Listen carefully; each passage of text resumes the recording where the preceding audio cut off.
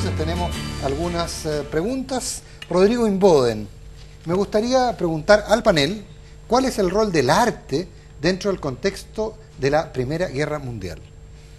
Hubo denuncias, tú planteabas la fotografía, hubo mucho relato, desde el periodismo probablemente generó una situación bastante particular, digamos. ¿Podemos encontrar elementos, yo Cristian? diría que también hay otras cosas que podría...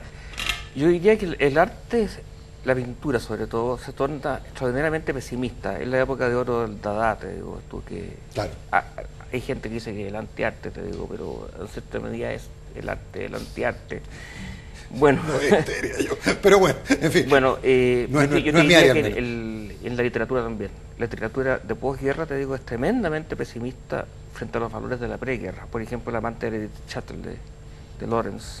Claro. Demuestras tú de que este Lord Chatterley que va al frente, te digo, decadente. Y llega convertido en albóndiga. Claro. Resulta que lo que quería Lady Chatterley era un hombre completo, te digo. Esto no le interesaba un héroe del Imperio Británico.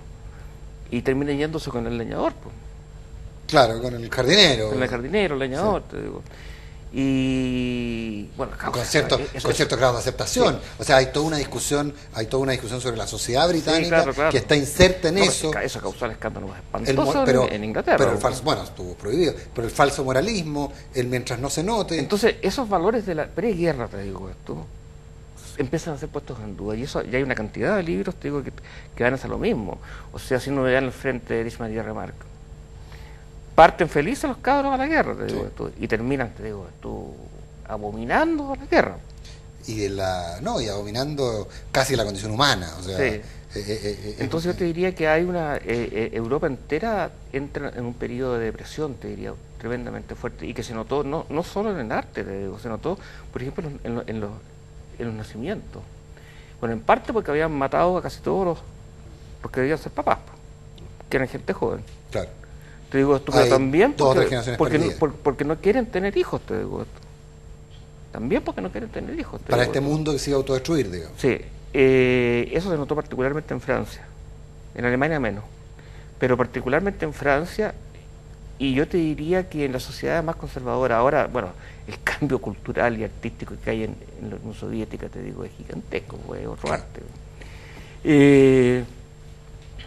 No, influyó muchísimo. Yo te diría que todo ese optimismo que todavía existe en buena medida en el arte de fines del siglo XIX, en la Europa burguesa por lo menos. Se muere. Matías, Eugenio Lavín nos pregunta, ¿cuál de las dos guerras mundiales produjo mayores cambios culturales a nivel mundial? Bueno, en parte lo contestaba Cristian, pero ¿podemos hacer una comparación entre los cambios culturales que produce la Segunda y la Primera Guerra Mundial?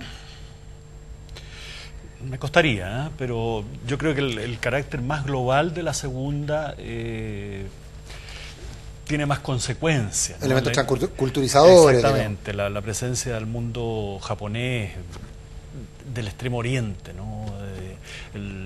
La vitalidad de Australia, por ejemplo, después de la Segunda Guerra Mundial, son diferentes, ¿eh? Es más europea la primera. ¿Fernando? Pero ahí hay un tema que es bien interesante dentro del ámbito de la cultura en general, que tiene que ver con el cine. Uno de los grandes efectos que produjo la Primera Guerra Mundial fue de hecho el ascenso de Hollywood. En la medida que las naciones europeas, que hasta ese momento habían predominado en el mundo del cine, se dedicaron mucho más a la guerra, Estados Unidos entró más tarde, el cine norteamericano se consolidó hasta el día de hoy. Y precisamente producto de las circunstancias de la Primera Guerra Mundial. No solamente por eso.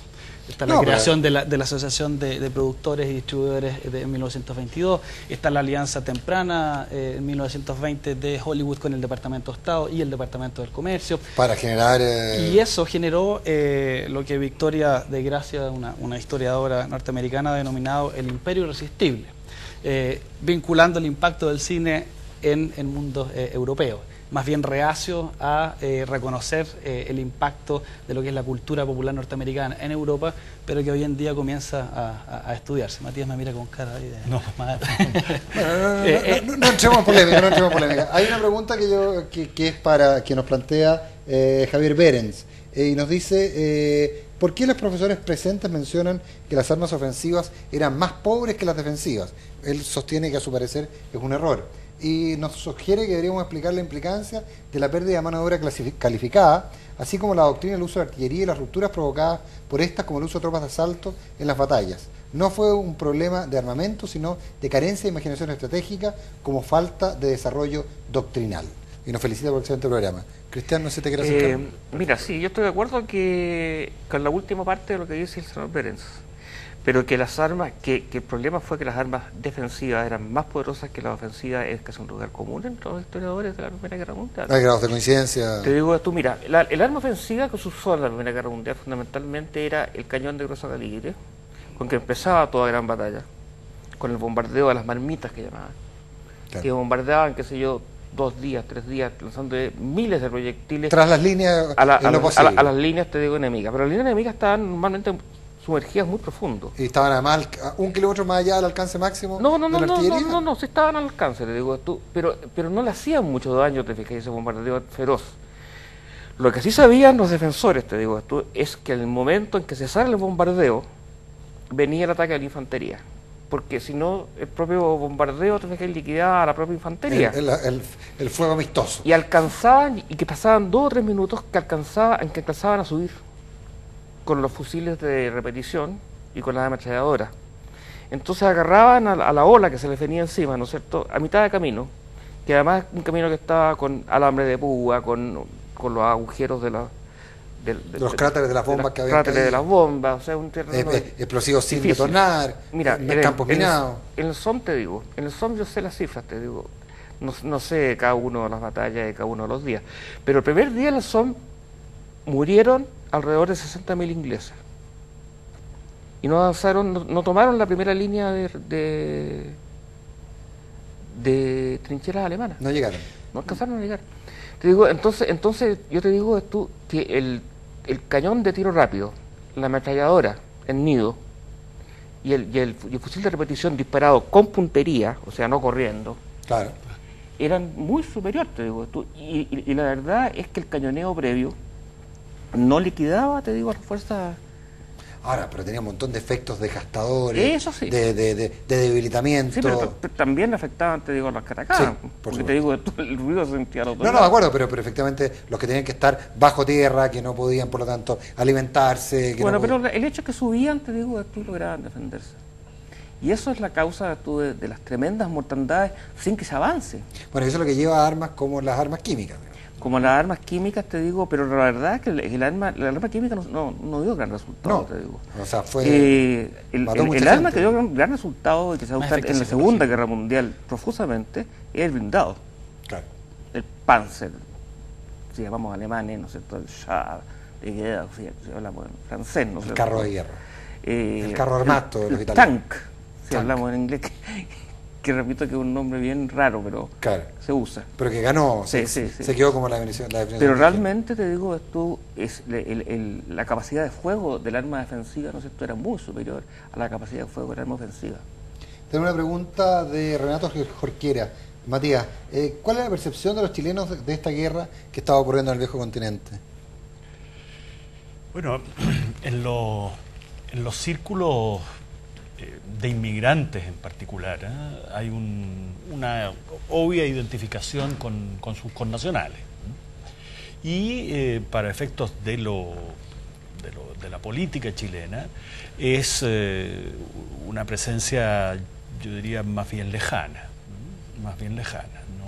Ahora, pero se produce toda la influencia en el norte de los aliados para evitar que Chile venda salitre, Sí, claro. para que establezca el embargo. Pero eso es común a todos los países de América Latina. Pero Uruguay y Argentina se resisten. Sí, pero en el caso de Brasil y Chile no tanto. ¿Y por qué? Porque las olas de inmigración respondían también, y hay cercanías culturales con Europa.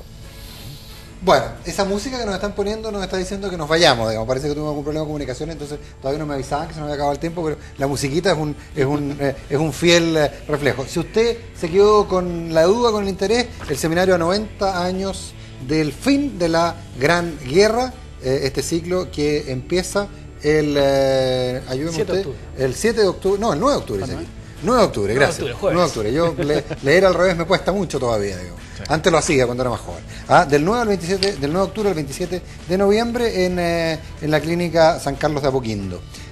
Así es que los que quieran participar pueden interiorizarse más en estos temas. Cristian Gasmuri, Matías Tagle, Fernando Purcell, gracias por habernos acompañado. A ustedes, gracias por haber estado con nosotros. Y mañana, Rosana Bontempi, en una nueva edición de En Contexto. Nosotros nos vemos la próxima semana. Buenas noches, muchas gracias.